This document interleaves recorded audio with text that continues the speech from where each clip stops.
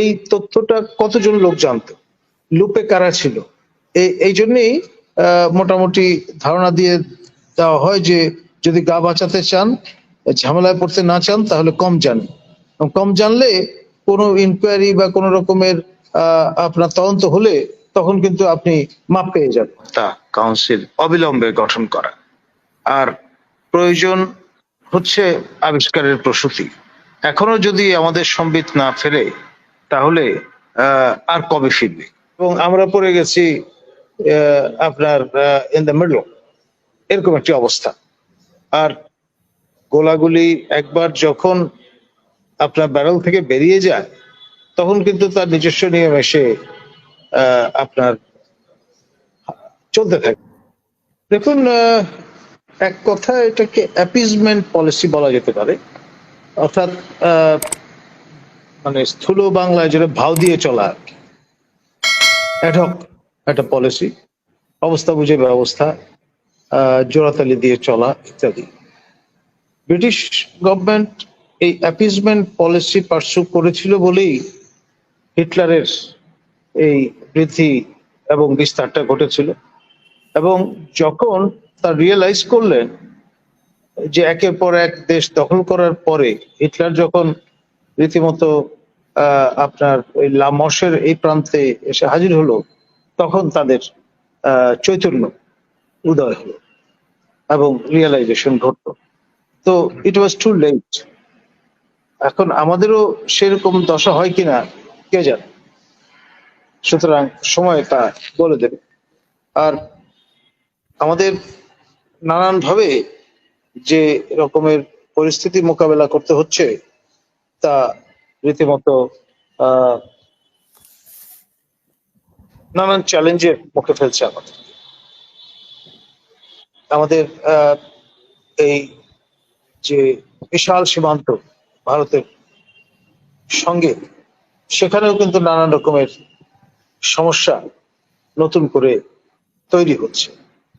আর আপনার এই পাশে কুমিল্লা বলুন, ওই পাশে যশোর বলুন, সর্বত্রই কিন্তু একই রকম পরিস্থিতি বিরাজমান।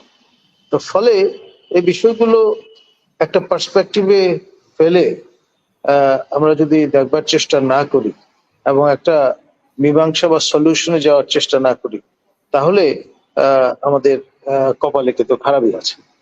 আপনার ভারত এক কথায় ইসরায়েল মডেল ফলো করছে বর্ডার ম্যানেজমেন্টের ক্ষেত্রে। আমরা এই বিষয়টা উপলব্ধি করতেই ব্যর্থ হয়েছে, এবং আমাদের যেটাকে বলে পর্যাপ্ত পরিমাণে তথ্য নেই, আবার অনেক তথ্য আমরা সংগ্রহ করতেও চাই না। আর আরেকটা কালচার এরকম দাঁড়িয়ে গেছে, আপনি যদি বেশি জানেন ইউ আর ইন ট্রাবল।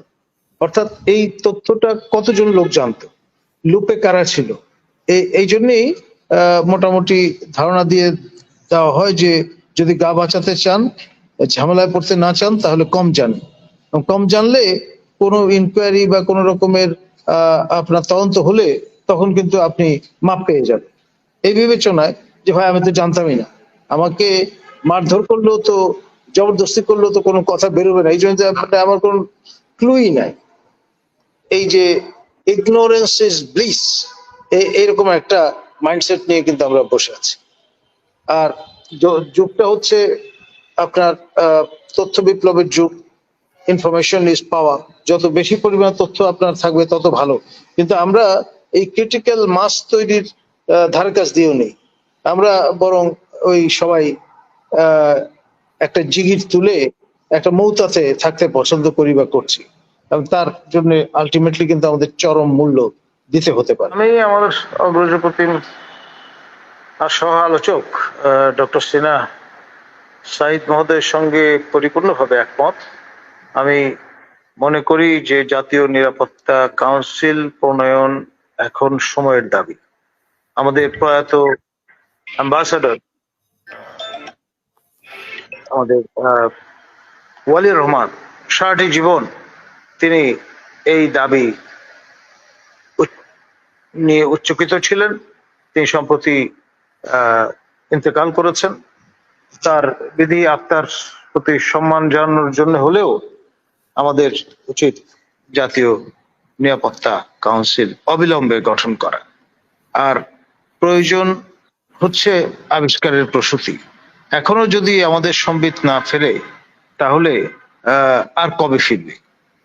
আমাদের এই বিষয়ে আমি আমাদের জাতির পিতা বঙ্গবন্ধু শেখ মুজিবুর সুকন্যা দেশরত্ন জননেত্রী মাননীয় প্রধানমন্ত্রী শেখ হাসিনা, যিনি প্রতিরক্ষা মন্ত্রীও বটেন, তার দৃষ্টি আকর্ষণ করছি এবং অবিলম্বে কার্যকর পদক্ষেপ গ্রহণের নিমিত্তে প্রজ্ঞাপন জারি করে এই প্রয়োজনে ঈদের আগে এই ব্যবস্থা কার্যকর করাটা জরুরি। প্রয়োজনে অর্ডিন্যান্স ব্যবহার করা যেতে পারে, মহান্য রাষ্ট্রপতির ক্ষমতা কাজে লাগিয়ে পার্লামেন্ট কনভেন করতে যদি সময়ের সংকট দেখা দেয় কিংবা ঈদের আখ্যানে সেটা সম্ভবপর না হয়, পরবর্তীতে পার্লামেন্ট কনভেন করে তা পরিপূর্ণ রূপ দেওয়া যেতে পারে। ধন্যবাদ।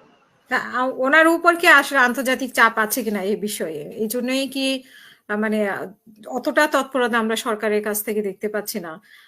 এটা কি আপনি মনে করেন কিনা? এবং আসলে খাবার যাচ্ছে না, খাবার সংকুলান, তারপরে জাহাজে ভয় দেখা, মানে জাহাজ ওইখানে স্থায়ীভাবে বসে আছে, সেটা একটা আতঙ্কের জায়গা। এই যে এগুলো আপনি কি মানে এখন দেখুন, আপনি একেবারেই বলেন না কেন, এই রাখাইন প্রভিন্স যে সাবেক দক্ষিণ আরাকান, এটি রীতিমতো এখন ব্যান্ডিট কান্ট্রিতে পরিণত হয়েছে। কোন authority on the ground de jure সেন্সে থাকলেও ডিফ্যাক্টো সেন্সে ওই অর্থে হয়তো সেন্ট্রাল গভর্নমেন্টের কন্ট্রোল নেই। এখন নেই বলেই তারা আপনার জলসীমা থেকে আপনার ক্ষেপণাস্ত্র ছুড়ে, মর্টার ছুড়ে, কামান দেগে তাদের সভারেনিটি জানান দেওয়ার চেষ্টা করছে ওভার আরাকান আর্মি। আর আরাকান আর্মি ন্যাচারাল সেলফ ডিফেন্সে তাদের মতো করে গোলাগুলি ছুটছে এবং আমরা পড়ে গেছি আপনার ইন দ্য মিডল, এরকম একটি অবস্থা। আর গোলাগুলি একবার যখন আপনার ব্যারেল থেকে বেরিয়ে যায় তখন কিন্তু তার নিজস্ব নিয়ম এসে আপনার চলতে থাকে।